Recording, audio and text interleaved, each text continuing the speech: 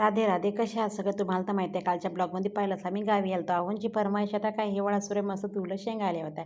तुरीच्या दाण्याची आमटी आणि ज्वारीची भाकरी हवी होती त्यांना. मग काय मस्तपैकी त्यांच्या काकूनं पाट्यावर वाटून तुरीच्या दाण्याची आमटी केली आणि मस्त गरमागरम ज्वारीच्या भाकरी केल्या. इकडं मस्त मसाले भात मी केला होता. लगेच टिफिन वगैरे रेडी केला आणि आम्ही निघालो होतो. आम्हाला जायचं होतं एका ठिकाणी.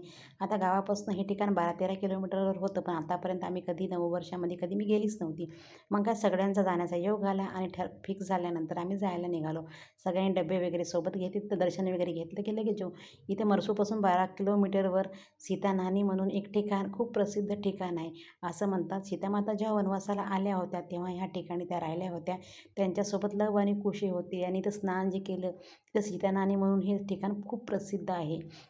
खूप डोंगराळ भागामध्ये हे ठिकाण वसलेलं आहे. आजूबाजूला मस्त हिरवीगार डोंगराच्या रांगा आणि नदी, खूप म्हणजे खूपच खूप सुंदर होतं. एखाद्या हिल स्टेशनला जातो त्यालाही फिकं पडेल असं हे ठिकाण होतं.